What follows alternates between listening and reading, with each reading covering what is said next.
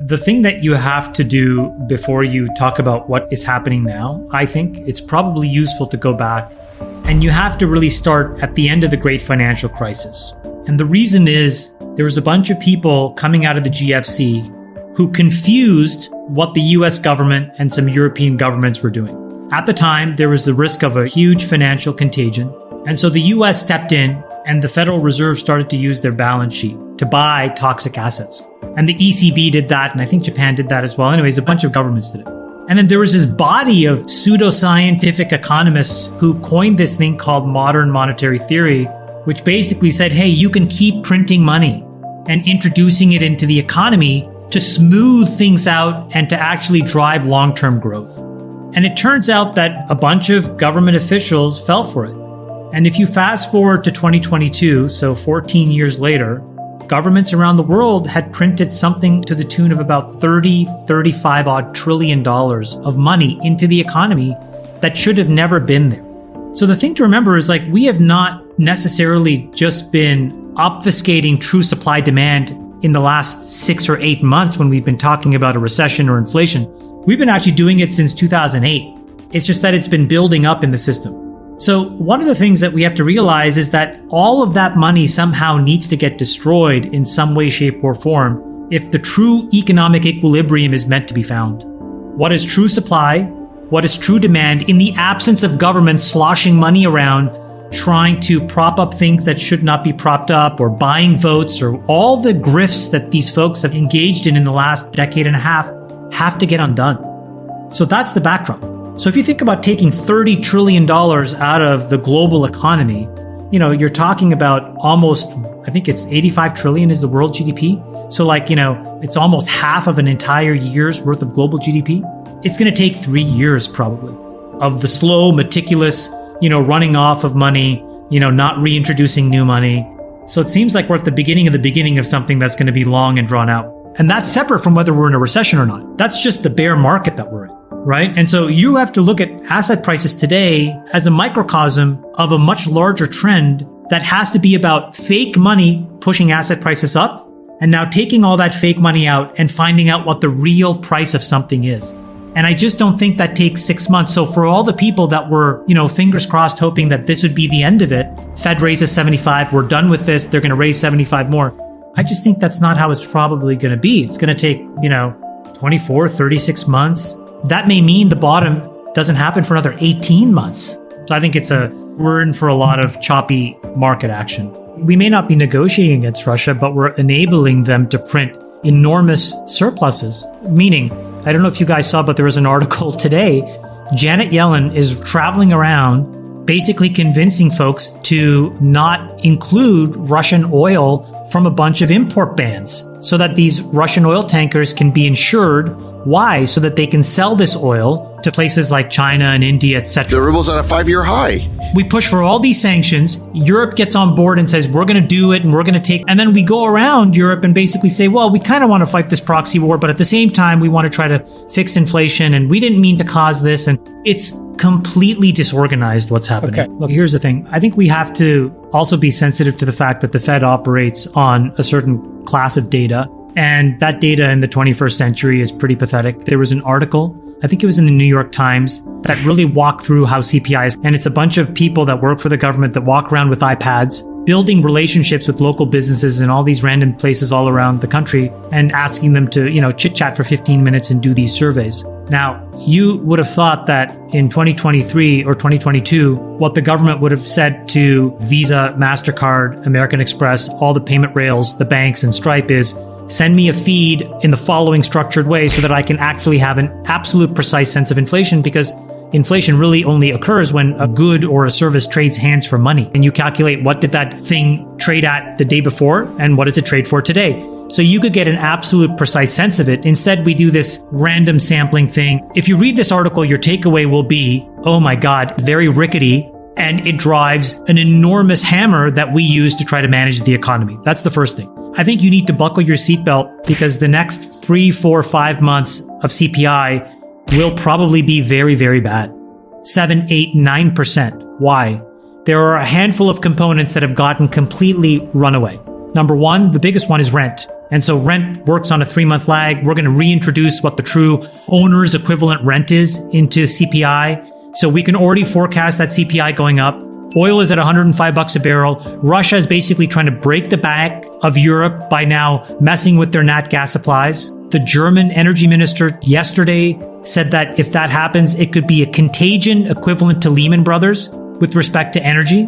When you play all of these things out, what you have is unfortunately rampant runaway costs that really have no mechanism to get back in check in the absence of some real governmental changes. Our policy on this Ukraine-Russia war, how we intend to sort of work or cooperate or fight with China, all of these things have to get solved. So in the absence of that, prices are going to continue to go up.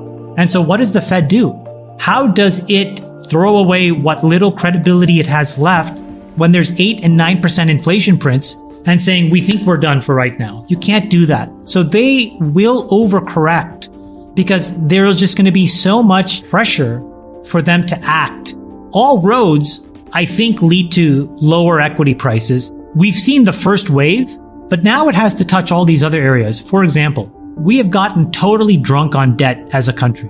One of the most obvious places where we've been serving alcohol far too late into the night is in the financing of all these private equity leverage buyouts. Yes. These are sketchy companies that are sort of like teetering on insolvency at times, where private equity comes in, levers up the balance sheet with debt.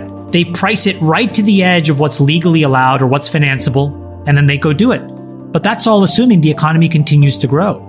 And so if all of a sudden you have some recessionary forces or prices go up and earnings don't, you'll have a contagion in the debt markets. You could have a contagion in the commodity market. So we're dealing with some really tough boundary conditions.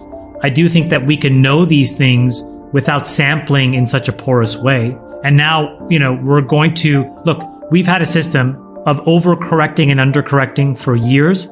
The problem is the stakes get higher and higher as the economy grows and becomes more complicated and intertwined. And we have more leverage. I also want to tell you guys a quick story. One of the most interesting canaries in the coal mine of all of this was 2 days ago and what happened to Facebook.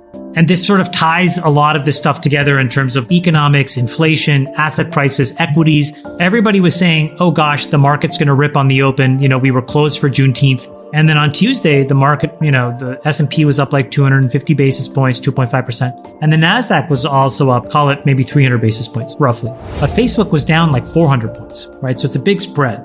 And why is that? And I was like, this makes no sense to me. What is going on with this price action? Everything was up. Apple was up. Google was up. And so I called around and, I was like, why is this happening? And this is the best explanation I got. When you look at who the incremental buyer is in the stock market, it tends to give you a sense of whether prices can go up or will continue to go down. And the poorest informed buyer tends to be retail. And the most informed buyer tends to be these very large institutional hedge funds, right? So there's a spectrum. And Facebook is an example of big tech that is poorly owned by retail. So it's mostly owned by smart money.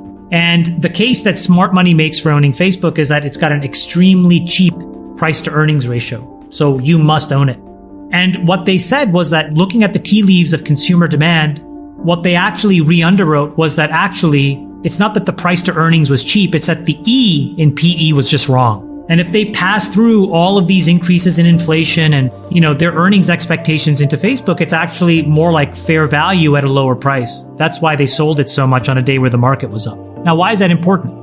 Well, eventually you're going to touch all these other stocks as well that are going to go through earnings revisions in this recession. This is where I think Wall Street has done a very poor job on behalf of retail.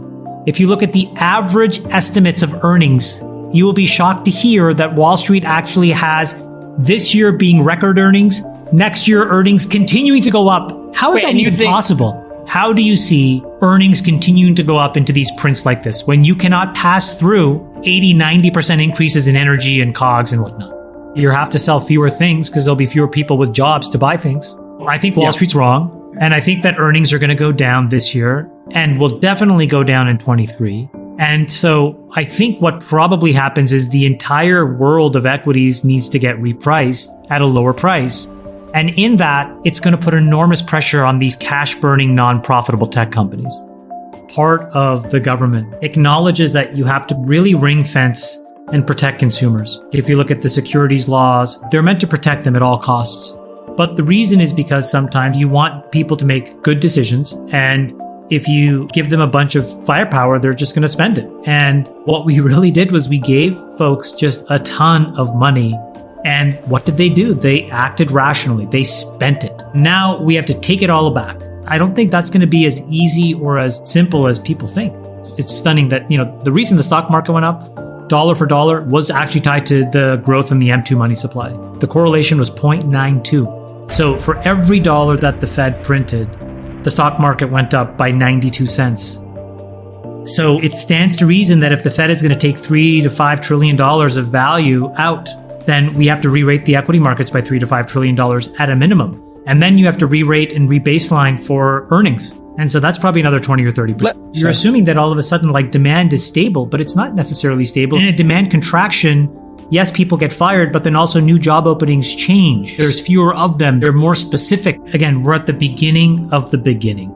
For all of us that lived through 2000, this was 4 years of sheer hell and a grind. Now we have $30 trillion that we have to work through the economy, a recession we have to overcome, a war we need to end, and people all of a sudden assume that 2 or 3 rate hikes and 5 or 6 months of headlines are enough. And on the margin, maybe they're right. But from my perspective, it's an observation that we're at the beginning of something that just fundamentally has to take some amount of time to work its way through the system. And so I don't understand why anybody would give up their liquidity in this moment right now. Why would you? Why would I give up $100 million of cash in my bank account? I would not do that right now. The people in Russia are suffering during this. The people in the Ukraine are being murdered. I mean, how does it end? The problem is that Biden engaged the United States in a proxy war without our real explicit discussion, number one. And then number two is then we pulled and we pressured Europe to really draw a hard line, but then now are kind of working around it so that the countries that suffer the most are Europe. Now, I think you're starting to see the tea leaves, though. Last week, there was a group of European leaders, I think it was Macron, Draghi, and one other person, who went to Ukraine. And if I had to bet, I think the message was we need to find an organized detente here, because there is, according to Europe, a Lehman-like situation in terms of economic contagion that could manifest over the next months. So I think that the end game is probably some organized, negotiated detente and ceasefire. I don't think anybody will be happy with it, but I think by and large, Russia is and has won, meaning they've won economically. They're selling oil like it's not going out of style. It's just not selling it to Europe and to America. They're selling it to China. They're selling it to Africa. They're selling it to India. We engaged in economic sanctions, and I was the first one to say, hey, this could really work, and this could be a roadmap for how to do it. And it turned out this is the roadmap for how not to do it. You can't on the front door say, here are these sanctions, and then walk around the back door and basically open the door for them. These sanctions were so porous as to be like Swiss cheese. We focused on virtue signaling acts, confiscating a plane or a boat or a house, but we didn't focus on the structural things we needed to actually make the mandate that we believe to be just to come to life. And so Russia's completely worked around it. Their economy effectively is thriving. So what have we gained? It was the exact opposite of what we tried to do. Russia's current account surplus more than tripled in the first 4 months of the year. Prices surged for its oil and gas imports, and imports plunged under the weight of sanctions. Well, if you're Putin and you're looking at this, you're like, wow, maybe I should be under sanctions more often. What country should I invade next? So not only did our sanctions package not work, and not only is the Treasury flailing around now trying to find even more backdoors, we actually opened a very dangerous precedent, which is now we allowed oil to settle in currencies that are not just the United States dollar. And now Russia and China are trading and settling in CNY. That's not good for us. This is not how you preserve the reserve currency of America.